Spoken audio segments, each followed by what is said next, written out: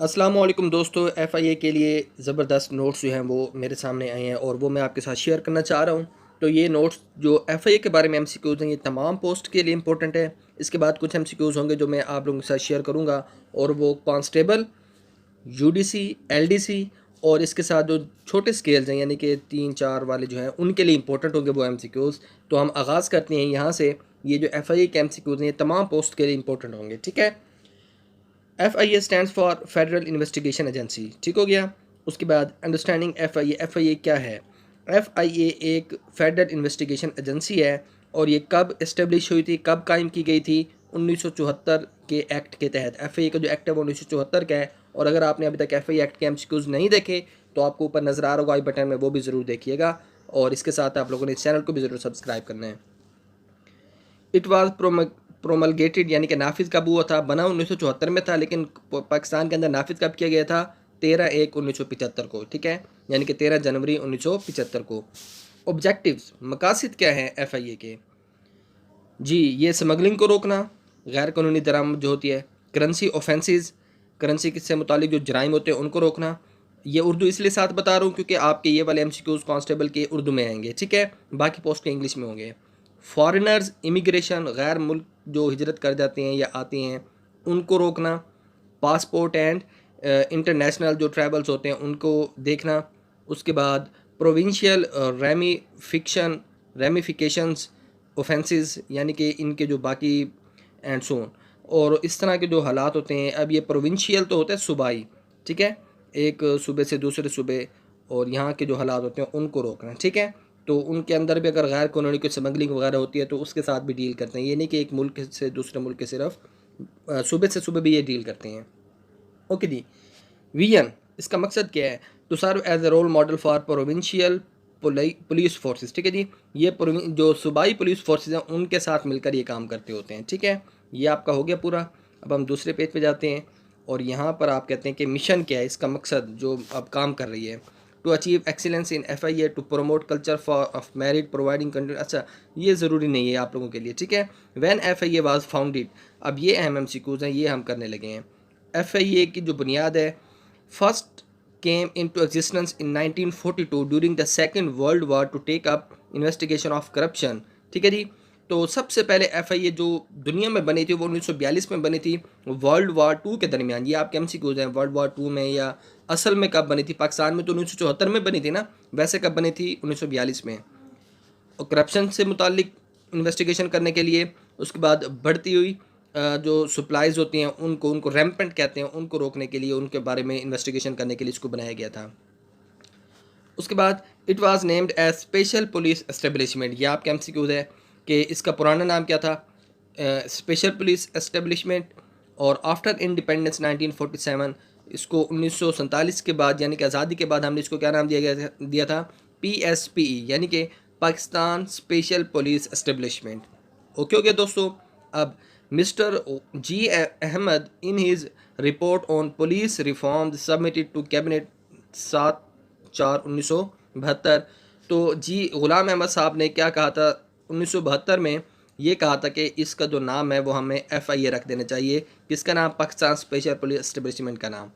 तो consequently the FIA act 1974 वजूद में आया। तो 1972 में उन्होंने पेश किया था, 1974 में ये बनाया गया और 1975 में ये मुल्क में नाफिज किया गया था, ठीक है। इसका पुराना नाम PSPE है पाकिस्तान के लिहाज से, और जो पहली मरतबा इसका नाम रखा गया था वो SPE रखा गया था, ठीक है दोस्तों। इस तरह के MCQs आपके लिए हैं जो मैं आपके साथ शेयर कर रहा हूँ। अच्छा, ये आप लोगों को अगर PDF में चाहिए तो बिल्कुल आप लोगों को PDF में अवेलेबल होंगे।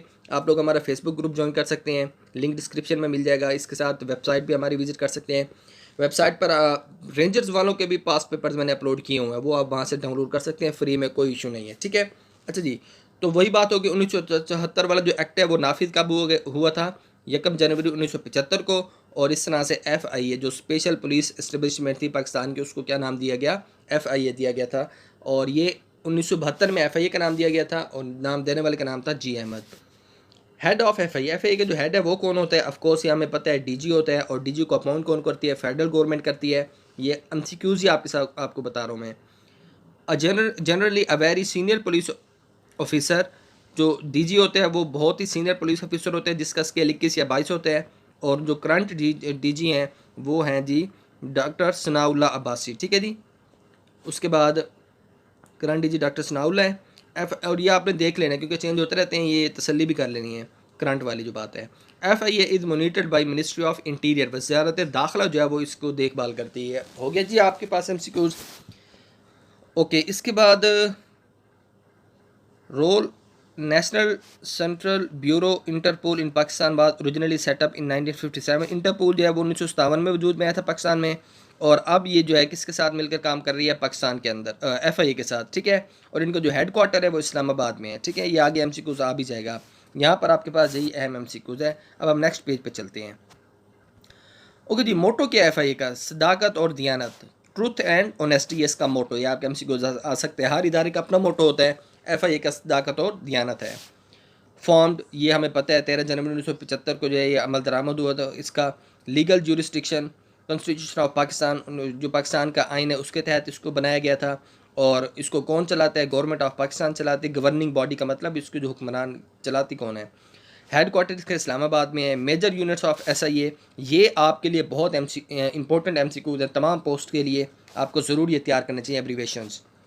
CTW काउंटर टेररिज्म विंग, ठीक है। उसके बाद इंसदाद दहशतगर्दी विंग इसको कहते हैं। CW crime wing. NCB national central bureau.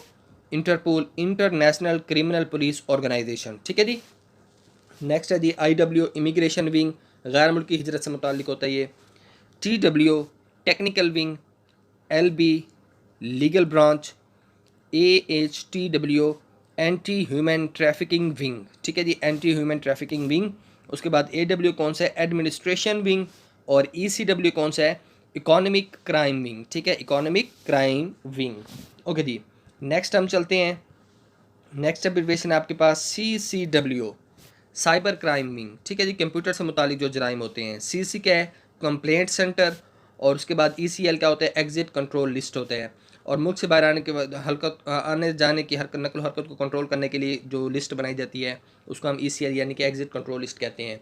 ये वो MCQs हैं जो आप सब पोस्ट के लिए तैयार कर सकते हैं, ठीक हो गया।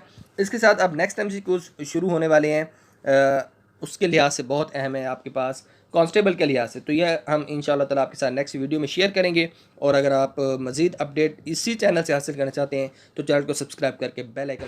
और दोस्तों, अगर आप घर बैठे ऑनलाइन अर्निंग टिप्स सीखना चाहते हैं तो आपको पता है मैं अपने चैनल की प्रमोशन कर रहा हूँ। यहाँ पर आप लोगों को मैं बताता हूँ कि आप घर बैठे बगैर इन्वेस्टमेंट के कैसे अर्निंग कर सकते हैं। तो ये उन लोगों के लिए जिनको अभी तक पता नहीं चला, तो जल्दी से इस चैनल को सब्सक्राइब करें, विजिट करें और देखें कि आप किन किन तरीक़ों से घर बैठे ऑनलाइन अर्निंग कर सकते हैं। और दुनिया की तरह आप भी जॉब मिलने से पहले अपनी अर्निंग स्टार्ट कर सकते हैं, जैसे कि मैं और बाकी बहुत सारे दोस्त शुरू कर चुके हैं। गुड लक, अल्लाह हाफिज़।